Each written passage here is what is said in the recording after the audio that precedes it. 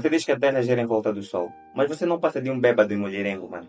Argumentos típicos como este são os que geralmente ouvimos das pessoas no nosso cotidiano quando querem se defender. E este argumento tem um nome: ad hominem. O argumento ad hominem é considerado como uma falácia lógica. E o que é que isso quer dizer? Primeiro, temos de entender o que é uma falácia lógica. E de uma forma mais simples, uma falácia é um erro no raciocínio. Um argumento falacioso é aquele que pode parecer correto, mas ao ser analisado, demonstra não ser. Mesmo que as premissas e a conclusão estejam todas corretas, um argumento pode ser falacioso se o raciocínio usado para chegar à conclusão não for logicamente válido. Agora, já estamos em condições de entender o que é um argumento ad hominem. Um argumento ad hominem é uma falácia que ocorre quando alguém ataca a pessoa que defende uma ideia, em vez de atacar a ideia em si. Por exemplo, se alguém diz: "Você não pode falar sobre política porque é um ignorante", essa é uma falácia ad hominem. O argumento não se baseia em factos ou razões que mostrem que a opinião da pessoa está errada, mas sim numa ofensa pessoal que não tem nada a ver com o assunto em questão. Esse tipo de argumento é um problema para o debate racional, pois desvia a atenção do que realmente importa, a veracidade ou falsidade das proposições defendidas. Além disso, a falácia ad hominem é uma forma de desrespeito e desonestidade, pois tenta desqualificar o oponente sem apresentar evidências ou argumentos válidos. Por isso, o nosso objetivo neste vídeo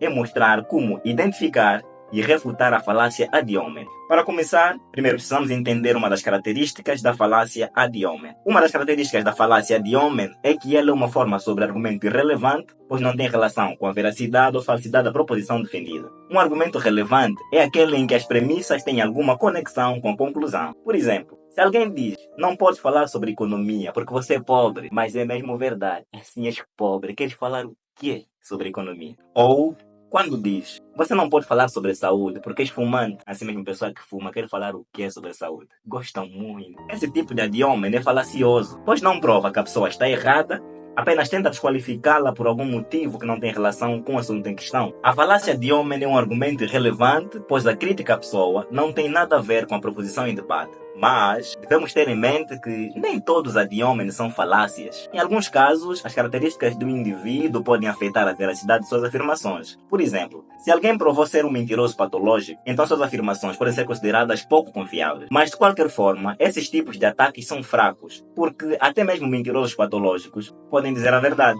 O bom é sempre nos concentrarmos nos comentários da pessoa e não nas características da pessoa que o faz. Ou seja, principalmente características que não têm nada a ver com o assunto em questão. Mas como podemos identificar se um argumento é uma falácia ad hominem? Para isso, é importante prestar atenção no que o argumento diz e como ele é estruturado. O que o argumento afirma é importante, assim como a maneira como essas ideias estão ligadas. Para detectar o erro de ataque à pessoa, precisamos ver se a crítica pessoal tem realmente a ver com o que está a ser discutido e se é justa. Se não tem relação com lógica ou se é injusta, estamos diante de uma falácia ad hominem. E para respondermos a esse tipo de falácia, é crucial manter o foco no assunto em discussão, não na pessoa que está a defender a ideia. Ou talvez devemos pedir à pessoa que apresente argumentos que sejam válidos e relacionados com o que está a ser discutido.